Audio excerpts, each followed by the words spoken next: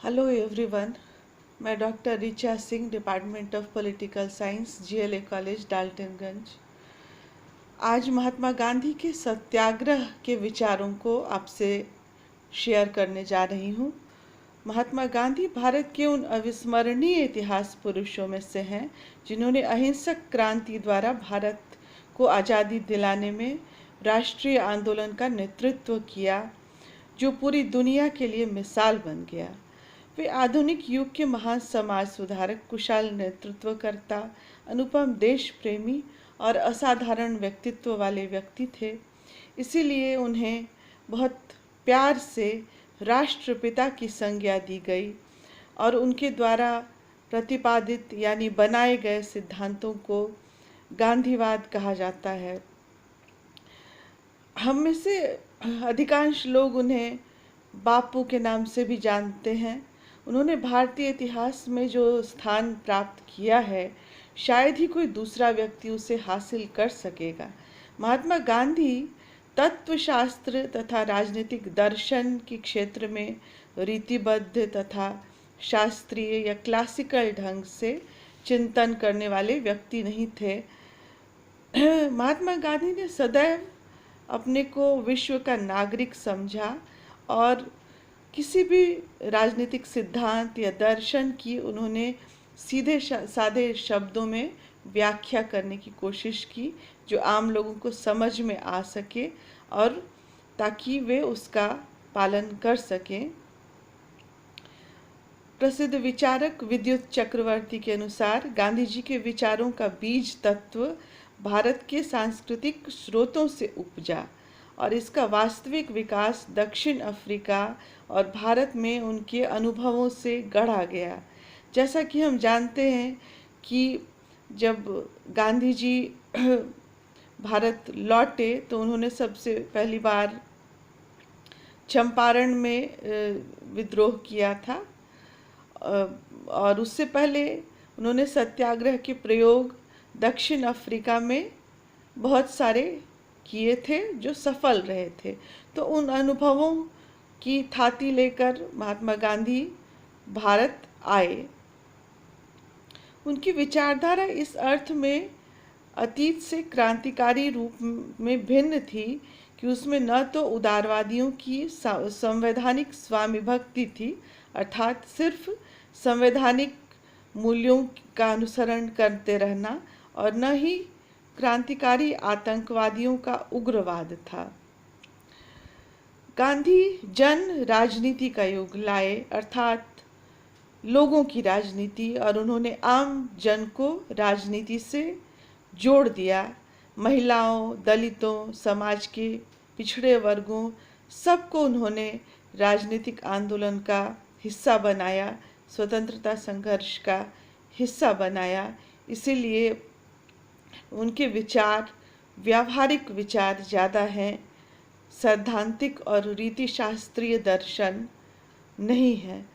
सच्चाई यह है कि गांधीवाद को किसी मत, सिद्धांत या वाद का नाम, वाद अर्थात इज्म, जैसे कि हम आइडियलिज्म, रियलिज्म, मार्क्सिज्म आदि पढ़ते हैं, राजनीतिक विचारधाराओं का जब हम अध्ययन करते हैं, तो गांधीवाद के संबंध में ऐसा नहीं कहा जा सकता है कि ये सिर्फ सैद्धांतिक विचारधारा है। इसकी वजह यह है कि Gandhi ji Hegel, Hobbs, lock, Rousseau या मार्क्स की तरह राजनीतिक दार्शनिक नहीं थे। मूलतः एक धर्मपरायण और इससे भी बढ़कर मानवतावादी होने के कारण वह मुख्यतः राजनीतिक विचारक नहीं थे। उनका व्यक्तित्व एक सूफी संत और एक यथार्थवादी का स्वदेशी मिश्रण था।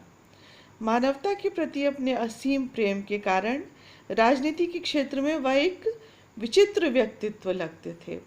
वस्तुतः गांधी जी राजनीति के क्षेत्र के लिए एक फिट व्यक्तित्व लगते ही नहीं थे। गांधी जी स्वयं नहीं चाहते थे कि उनके नाम पर किसी विचारधारा का निर्माण किया जाए। 1936 में उन्होंने कहा था कि गांधीवाद नाम की कोई वस्तु नहीं है तथा मैं इसके पीछे कोई पंथ या इज्म नहीं छोड़ना चाहता। मैं इस बात का कोई दावा नहीं करता कि मैंने कोई मौलिक सिद्धांत अथवा विचारधारा को चलाया है।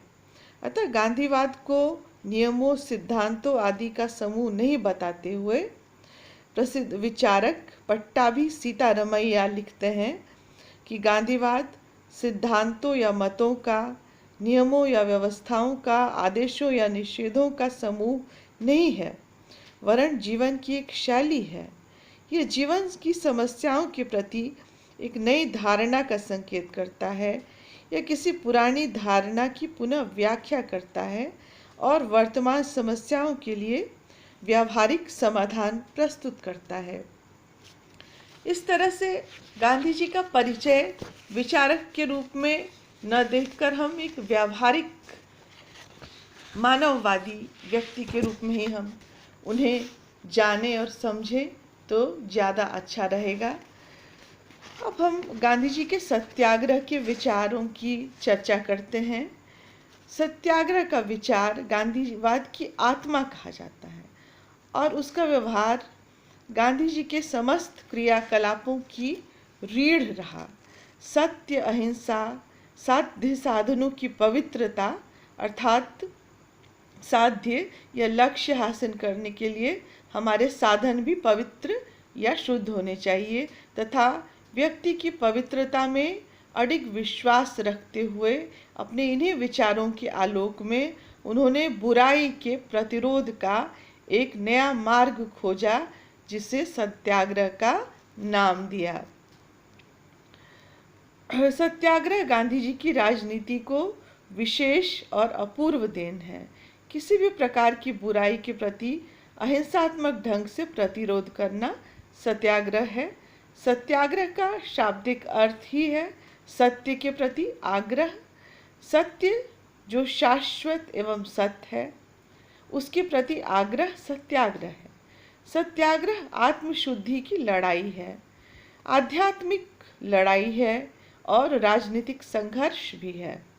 इसमें प्रेम के आधार पर शत्रु के मन पर विजय प्राप्त करना है, उसे सत्य के प्रति जागरूक करना है और उसे कर्तव्य का बोध कराकर उसकी आत्मोन्नति अर्थात आत्मा की उन्नति करना है।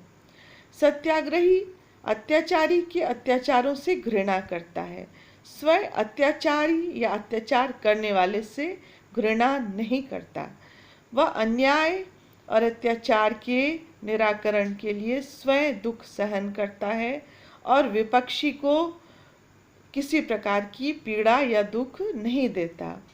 अतः आज़ादी के राष्ट्रीय संघर्ष में जनता को शामिल करने के लिए, विशेषकर प्रतिरोध की पद्धति के लिए सत्याग्रह को विशिष्ट कार्यक्रम के अनुसार संचालित किया जाना था। यहीं पर अहिंसा महत्वपूर्ण हो जाती है। अहिंसा विशिष्ट सांगठनिक सिद्धांत था जो सत्याग्रहियों के व्यवहार को संचालित करता था कि वे कैसा व्यवहार करेंगे। इसने न केवल अभियान की प्रकृति को स्पष्ट किया अपितु प्रतिरोध के तरीके को भी उन लोगों के लिए निर्देशित किया जो इसमें शामिल हो रहे थे।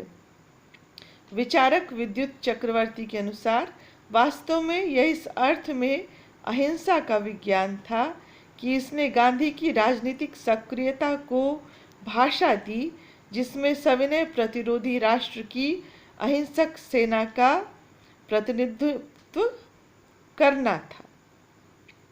अर्थात सत्याग्रह की मूल भावना अहिंसा थी और इसमें जो भी शामिल हो रहे थे उन्हें सत्याग्रह को अहिंसा के जरिए ही आगे बढ़ाना था। यही गांधी जी का मुख्य संदेश था।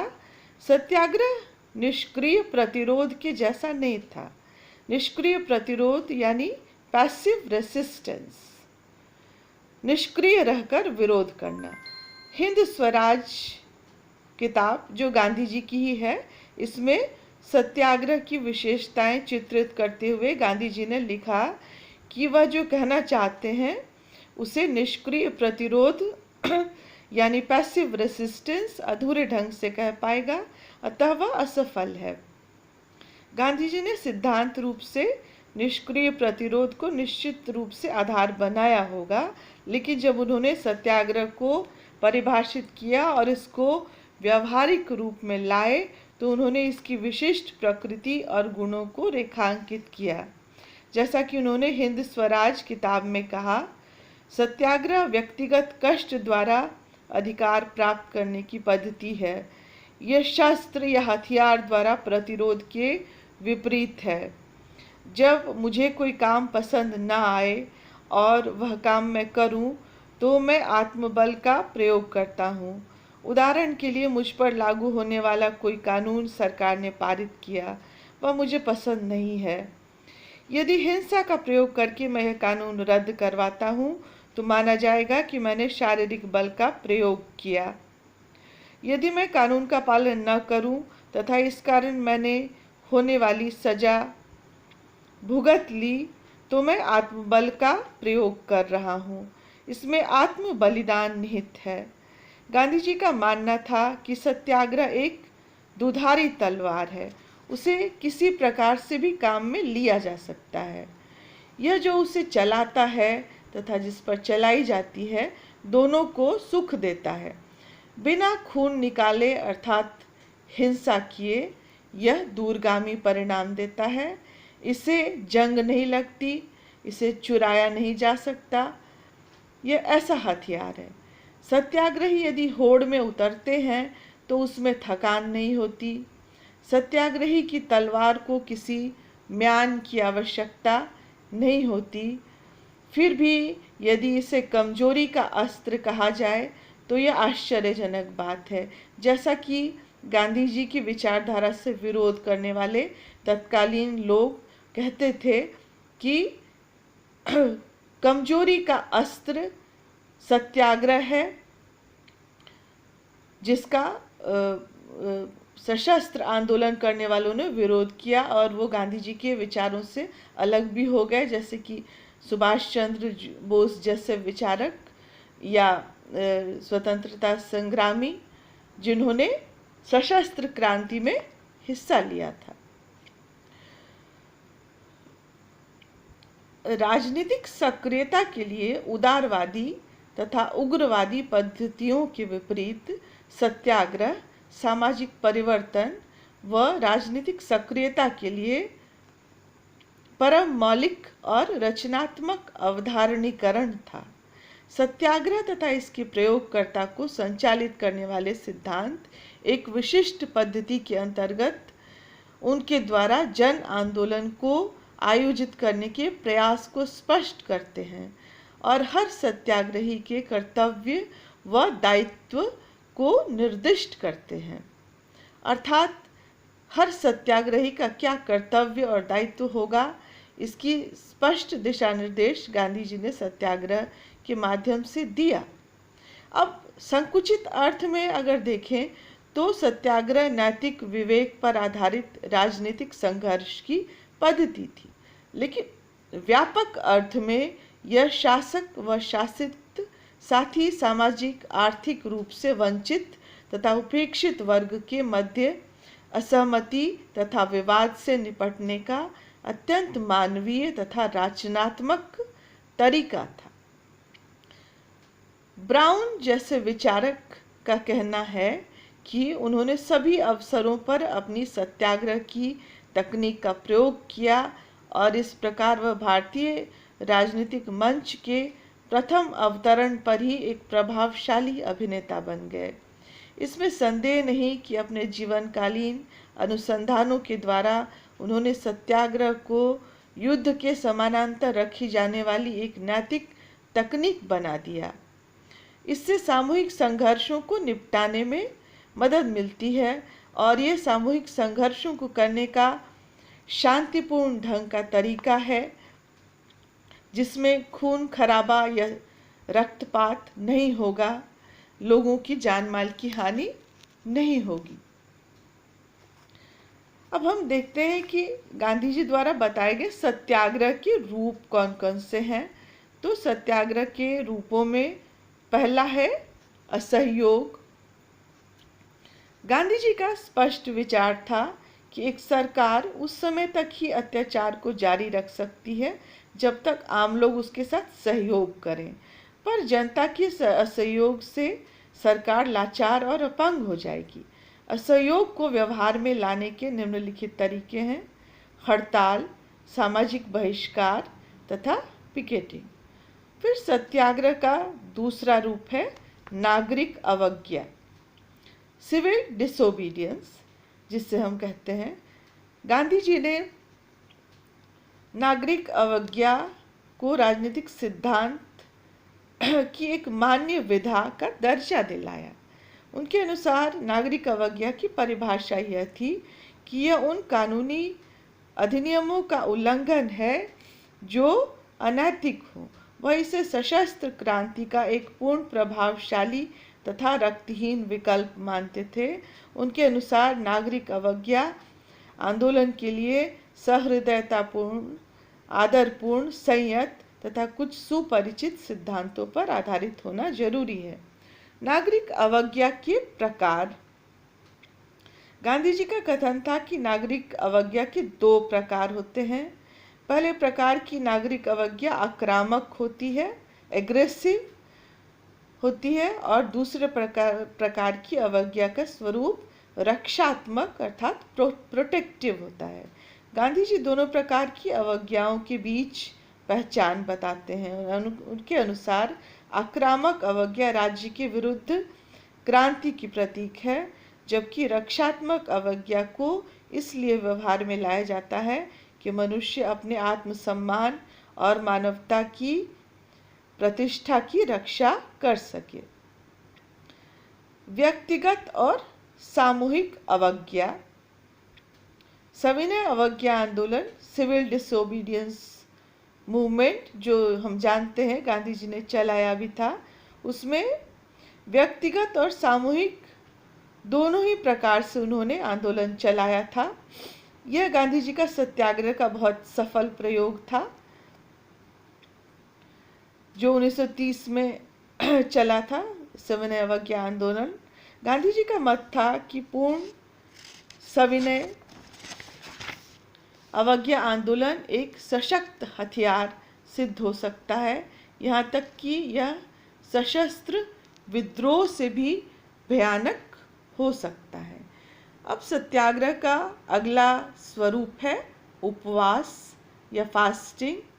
यह सत्याग्रह का अंतिम रूप है। वास्तव में यह उसी का एक आंतरिक भाग है, पर गांधी जी उपवास सभी मौकों के लिए नहीं बल्कि बेहद असामान्य अवसरों के लिए ही जरूरी मानते थे। गांधी जी द्वारा रखे गए अनेक व्रतों ने लाखों हृदयों को स्पर्श किया और परिवर्तित भी किया।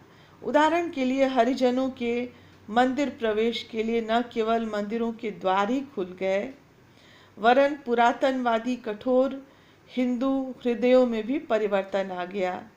उनके एक जीवनीकार के अनुसार जहाँ उनके पहले व्रत या उपवास उस साधारण संगीत के समान थे जो एक वायलिन पर छेड़ा गया हो, पर इसकी वृद्धि के साथ उनके उपवास अन्यों की सहभागिता के कारण व्रत एक सुमधुर वृंदगान बन गया।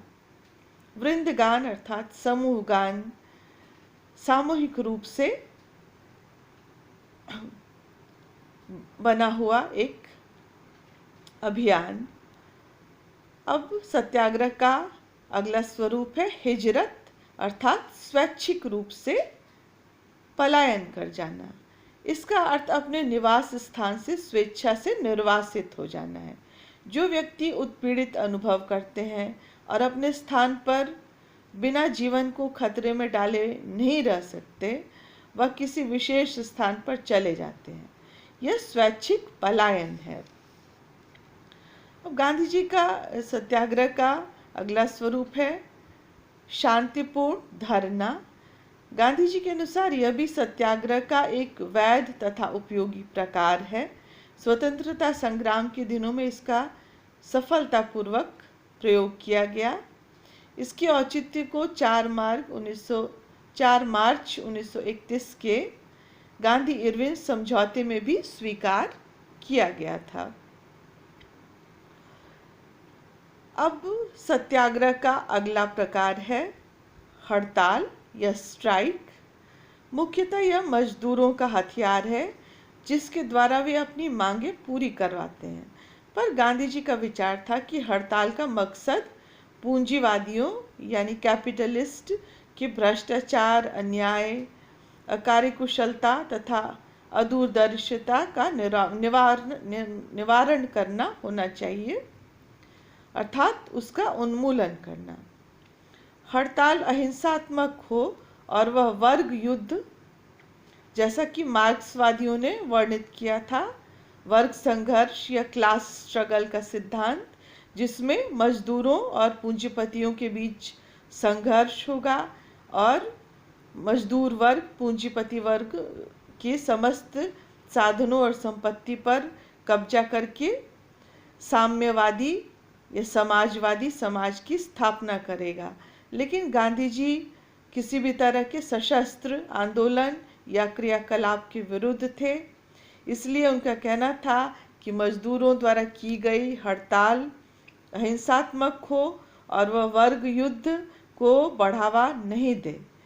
वे साम्यवादियों के इस विचार से सहमत नहीं थे कि मजदूर लोग जबरदस्ती पूंजीपतियों से उद्योग धंधों का स्वामित्व छीने। वे यह मानते थे कि उद्योग धंधे श्रमिकों तथा पूंजीपतियों दोनों का ही साझा न्यास या ट्रस्ट के रूप में होने चाहिए और जोर जबरदस्ती के बजाय दोनों को ट्रस्टी के रूप में कार्य करना चाहिए, अर्थात न तो पूंजीपति वर्ग मजदूरों का शोषण करे और न ही अगर मजदूर कभी हड़ताल आदि साधन अपनाते हैं तो हिंसक ढंग से पूंजीपतियों पर या उनके साधनों पर किसी भी तरह से कब्जा या अत्याचार न करें। अतः हड़ताल भी शांतिपूर्ण ढंग से किया जाने वाला सत्याग्रह का एक मजबूत हथियार था। निष्कर्षतः गांधी जी ने जिस सत्याग्रह की कल्पना की वह सामाजिक तथा राजनीतिक विघटन अर्थात बिखेरने का सूत्र नहीं था, बल्कि लोगों को जोड़ने का सूत्र था। सत्याग्रही वही हो सकता था जिसने पहले स्वेच्छा से, बुद्धिमानी के साथ और स्वतः राज्य के कानूनों का पालन किया हो। वह लिखते हैं कि सत्याग्रही समाज के कानूनों का बुद्धिमानी से और अपनी स्वतंत्र इच्छा से पालन करता है, क्योंकि वह ऐसा करना अपना पवित्र कर्तव्य समझता है। गांधी जी अपने को स्वभाव से कानूनों का पालन करने वाला मानव मानते थे।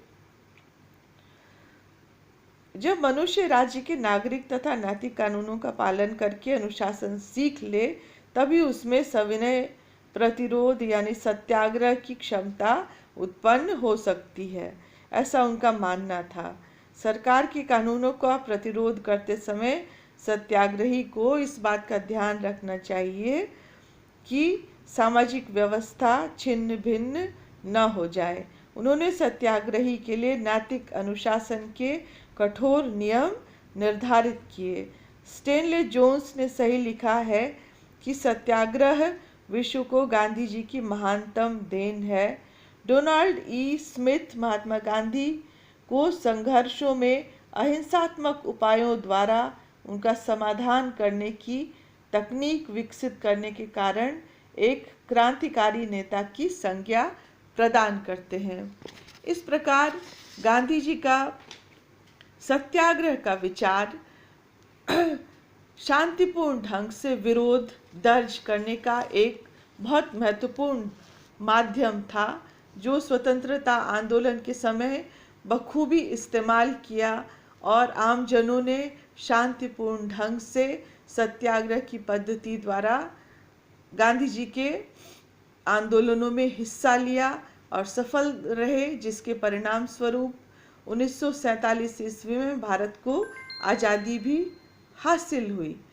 तो इसीलिए कहा जाता है कि सत्याग्रह जैसे शक्तिशाली हथियार के माध्यम से, जो शांतिपूर्ण हथियार था, उसके माध्यम से उन्होंने दुनिया के सबसे बड़े अहिंसक आंदोलन का नेतृत्व किया था और उसके माध्यम से भारत जैसे देश को उन्होंने आज़ाद किया, जिसके लिए भारत उनका हमेशा ऋणी रहेगा। Thank you.